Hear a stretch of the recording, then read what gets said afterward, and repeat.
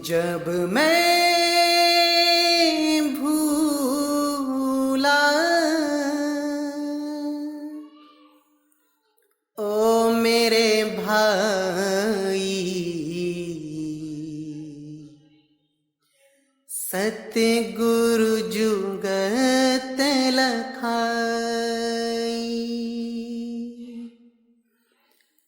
क्रिया कर्म धार में छाड़ा, ना तीरथ जाई,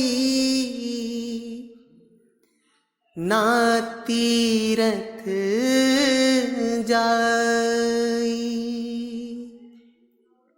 ना मैं जानू सेवा बंदगी, ना मैं घंट बजाई, ना मैं घंट बजाई। नहीं है, जैसा डर तब था वैसा ही आज है, और 20 साल और जी लोगे तब भी वो 20 साल आज की ही तरह तुम्हारे सामने खड़ा। तो मुद्दा ये नहीं है कि मौत कब आ रही है, मुद्दा ये है कि हमने बचना कैसे है। मृत्यु के वक्त ऐसा क्या करें जो हमें दोबारा जीना ना पड़े, दोबारा शरीर में ना आना पड़े, हमारी मुक्ति होवे। तो उसके लिए क्या करना है? आत्मज्ञान में स्थित हो जाना है। आत्मज्ञान को समझ के आत्मज्ञान में स्थित हो जाना है। इसीलिए साहिब ने बोला बार बार कि मरता मरता जगमुआ, मरना जाने ना कोई, और ऐसी मरनी जो मरे बहुर न मरना होए। कैसी मरनी, ये सवाल था, इसका जवाब नहीं दिया किसी ने। इसको गाने लग गए, इस भजन को गाने लग गए, लेकिन इसका जवाब आज तक ना तो किसी ने मांगा और ना ही कोई मांगेगा।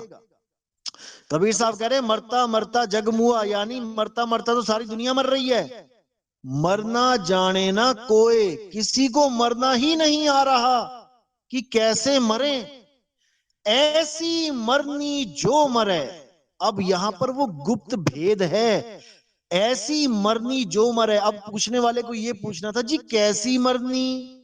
आप कह रहे हो ऐसी मरनी, तो कैसी मरनी? जैसे हम कहते बेटा ऐसे मत करो ऐसे करो, ठीक है जी, समझ गए ना? उसको समझना है। ऐसे का मतलब होता है आप बता रहे हो उसको कि ऐसे मरो। ऐसी मरनी जो मरे बहुर ना मरना हो, कि अगर आप एक बार ऐसी मरनी जैसी मैं बता रहा हूं अगर उस तरीके से मर गए, अब आपको दोबारा कभी मरना नहीं पड़ेगा, क्योंकि आपको दोबारा जिंदगी ही नहीं मिलेगी। यानी इन शरीरों वाली नकली जिंदगी जो 10 साल 20 साल 50 साल के लिए है, तो अब आपको कौन सी जिंदगी मिलेगी? हम ना मरिब संसारा, हमको मिला जियावन हारा। अब ऐसा जीवन मिलेगा जो कभी खत्म ही नहीं होगा, सदा सदा के लिए, अनंत समय के लिए आप अटल सत्य में स्थित हो जाओगे। अब ना कहीं आना ना कहीं जाना, आपे में आप समाना। उस कछुए की तरह, उस सेह की तरह, जो कांटों वाला एक पशु होता है जो कांटों की बॉल बन जाता है खतरा भांपते ही, शेर तक उसके सामने आते हैं एकदम गोल बॉल बन जाता है कांटों की, और शेर उसका कुछ नहीं बिगाड़ पाते। बस वही अवस्था आपने प्राप्त करनी है, अपनी सूरत को समेट लेना है। जो आपने सूरत संसार में फंसा दी है उसी को वापस शब्द में लगा लेना है। अरे सूरत फंसी संसार में, तासे पड़ गई दूर, और सूरत बांध स्थिर करो आठों पहर हुजूर। उस सूरत को स्थिर करना है आठों पहर, तब समझो कि अब आपका कोई बाल बांका नहीं कर सकता। लेकिन कहां स्थिर करना है, किसमें स्थिर करना है, वो आत्मज्ञान क्या है, आत्मा कैसे मिलेगी, आत्मा शरीर में कहां रहती है, कहां पर केंद्र होगा, कहां पे फोकस करना है, वो सब एक भेदी गुरु के द्वारा ही प्राप्त होता है। तो यह है आत्मज्ञान। एक जो मैंने बताया आपको छोटा सा डेमो है। बाकी जो पूर्ण ज्ञान है वो सत्संगों में बता रखा है। पूर्ण ज्ञान तो चलो कोई भी नहीं बता पाएगा, लेकिन हाँ समझने भर का जितना आपके दिमाग में आ सके और आप सत्य सत्य का निबेड़ा कर सको, वो सब सत्संगों में मैंने बता रखा है। आपको लिंक पहले भी शेयर किए थे, दोबारा फिर शेयर कर दिए जाएंगे। किसी का कोई सवाल है वो पूछ सकता है। सतनाम।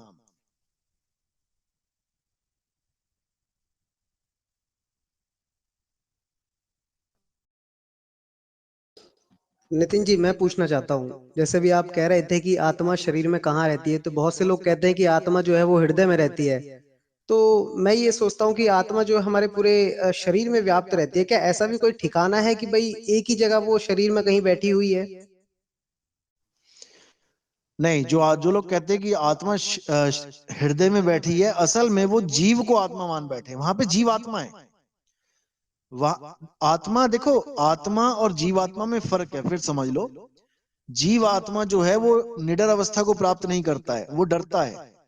जीव सोई जो जुग जुग जीवे, उत्पत परलय माही, देह धरे भर में 84 निर्भय कबहू नाही। वो जो शरीर के दिल वाले पार्ट में जो बैठा है वो जीवात्मा है, वो सबके दिलों में बैठा है, वहीं से पंपिंग की एनर्जी दे रहा है वो। लेकिन जो आत्मा है वो अलग चीज है, वो अजूनी है, वो शरीरों में नहीं है। उसी आत्मा का नाम सतनाम है और जीव का नाम है सोहंग। जीव सोहंग है और आत्मा सतनाम है। एको सतनाम कर्ता पुरुष, निरपौ निर्वैर, वो निर्भय है और निर्वैर है जो आत्मदेव है। एको सतनाम कर्ता पुरुष, निर्भव निर्वैर, अकाल मूरत, उसका काल भी कुछ बिगाड़ नहीं सकता। अकाल मूरत अजूनी सैपंग, अजूनी यानी कि जो कभी जून में आया ही नहीं। अजूनी जो 84 लाख जून से परे है। लेकिन ये जो जीव है ये तो जूनों में भटक रहा है, ये जूनों में भटक रहा है। जग में जीव अनंत, न जाने पीव को, अरे बहुत कहा समझाए 84 के जीव को। 1,84 के जो जीव हैं वो भटकते ही रहेंगे जब तक आत्मज्ञान को प्राप्त नहीं करेंगे। तो जीव अवस्था नीचे की अवस्था है और आत्मज्ञान की अवस्था ये उत्तम अवस्था है। और आपने बोला जो पूरे शरीर में जीव है या आत्मा है, ऐसा नहीं है। पूरे शरीर में चेतना है। जैसे सूर्य आकाश में है, अब कहो कि सारी दुनिया में सूर्य ही सूर्य है, तो ऐसा नहीं है। सूर्य की किरणें हर जगह व्याप्त हो रही हैं। ऐसे ही जो जीव है वो हृदय में बैठा है, लेकिन उसकी जो चेतना है वो पूरे शरीर में व्याप्त है। और कुछ?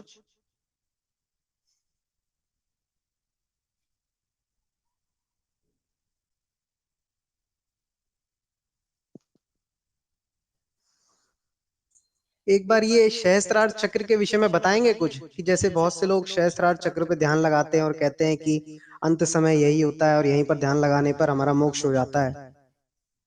नहीं, सहस्रार चक्र पे ध्यान लगाओगे तो चक्रों में अटक जाओगे। देखो, चक्र नाम भी क्या रखा गया है पहले समझ लो। चक्र का क्या मतलब है? चक्र का मतलब है चक्कर।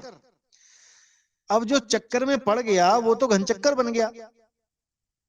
चक्कर को तो हमने निकालना है, जैसे चक्रव्यूह है। अब चक्रव्यूह में हमें, जैसे अभिमन्यु गया था चक्रव्यूह में, निकल क्यों नहीं पाया? क्योंकि वो चक्र के रूप में ही था। वो गोल गोल चक्कर ही है वो, जिसमें हमने जाना ही नहीं है। क्योंकि अगर हम चले गए तो फिर हम भी अभिमन्यु की तरह निकल नहीं पाएंगे। ऐसा नहीं था कि अभिमन्यु चक्रव्यूह में गया और वो तीर चलाना और तलवार चलाना भूल गया। उसको सब कुछ आता था, इसीलिए तो वो अंदर गया और सबसे लड़के गया। लेकिन अंदर उसका ज्ञान काम ही नहीं कर पाएगा, क्योंकि वो है ही चक्कर। अभिमन्यु जो तीर भी चलाना जानता था, तलवारें चलाना सब कुछ जानता था, जब चक्रव्यूह को भेद के अंदर गया, उसी कला के द्वारा उसने उसको भेदा, तो उसी कला के द्वारा बाहर क्यों नहीं आ पाया? क्या वो तीर कमान चलाना भूल गया था? बिल्कुल नहीं। लेकिन वो नाम ही चक्र है तो निकलेगा कहां से? क्योंकि उसमें बड़े बड़े चक्कर खा के गिर जाते हैं। अब इसी तरह जो 84 का चक्कर है, इसमें से निकलने वाला कौन है? जो आत्मज्ञानी है। जैसे अर्जुन को ज्ञान था चक्रव्यूह तोड़ने का, अर्जुन को ज्ञान था चक्रव्यूह तोड़ने का, वो चला जाता अंदर तो वो तोड़ के निकल आता, क्योंकि पूर्ण ज्ञानी था। लेकिन अभिमन्यु अधूरा ज्ञानी था, उसको केवल जाना जाना पता था, आना पता नहीं था। भले कला उसके पास थी, तीर कमानी तो मारना था, लोगों को मारना ही तो था वहां पे। जितने मर्जी लोगों को मार देता तीर चला चला के, क्यों नहीं तोड़ पाया? कोई चक्रव्यूह का मतलब ये थोड़ी नहीं कि कोई दैत्य आ गए वहां पे, वही राजा महाराजा वही सैनिक थे, लेकिन वो उस तरीके को जान ही नहीं पाया कि तीर चलाने भी हैं तो कैसे चलाने हैं। यानी ज्ञान दृष्टि जीरो हो गई उसकी। अब जितने मर्जी हाथ पैर मारता रहे, बाहर नहीं आ पाएगा। इसी प्रकार एक आत्मज्ञानी साधक और एक अधूरे साधक में यही फर्क होता है। आत्मज्ञानी साधक चक्रों से पार करवाना जानता है कि चक्र से कैसे पार होना है, और अधूरा साधक चक्रों में ही उलझा देता है अपने चेलों को। बस इसी को समझना है। किसी भी चक्र पे साधना नहीं करनी है, क्योंकि परमात्मा चक्रों में नहीं रहता है। परमात्मा अजूनी है और चक्र जून में है। चक्र सारे शरीर में है और परमात्मा शरीर में नहीं है। बस इसको समझना है। जीव शरीर में है और चक्र भी शरीर में है। जीव को चक्रों में उलझाया गया है और जीव चक्रों में उलझ पुलझ के दोबारा शरीर धारण कर लेता है। यही असली चक्रव्यूह है। अभिमन्यु वाला तो डुप्लीकेट चक्रव्यूह था। असली चक्रव्यूह तो ये है जिसमें हम फंसे हुए हैं। तो कह रहे हैं, तीन लोक एक जेल है और पाप पुण्य दो जाल, सारा जग भोजन बना और खाने वाला काल। ये काल ही सारे संसार को खा रहा है, सब उसका भोजन बने हुए हैं। कौन बचेगा? जो आत्मा को जान लेगा। काल उसका कुछ नहीं बिगाड़ सकता। जो आत्मदेव को जान लेगा, जो कछुए की तरह अपनी सूरत को सिमटा लेगा, अपनी आत्मा में स्थित हो जाएगा, उसका कोई बाल बांका नहीं कर सकता। नहीं तो ये मृत्यु डेंगू से भी आनी है, ये मृत्यु हैजे से भी आनी है, ये टीबी और कैंसर से भी आनी है, ये कोरोना से भी आनी है, ये एक्सीडेंट से भी आनी है। बच कहीं नहीं पाओगे। एक ना एक समय आएगा जब तुम्हारे सामने मृत्यु खड़ी होगी और वहां केवल तुम्हारा ज्ञान काम करेगा, तुम्हारे हाथ पैर काम नहीं करेंगे कि मैं किसी से बच जाऊं लड़ झगड़ के। वहां सारे धनुष बाण फेल हो जाएंगे और केवल ज्ञान काम आएगा, जो सतगुरु हमें ज्ञान बताता है, ज्ञान समझाता है।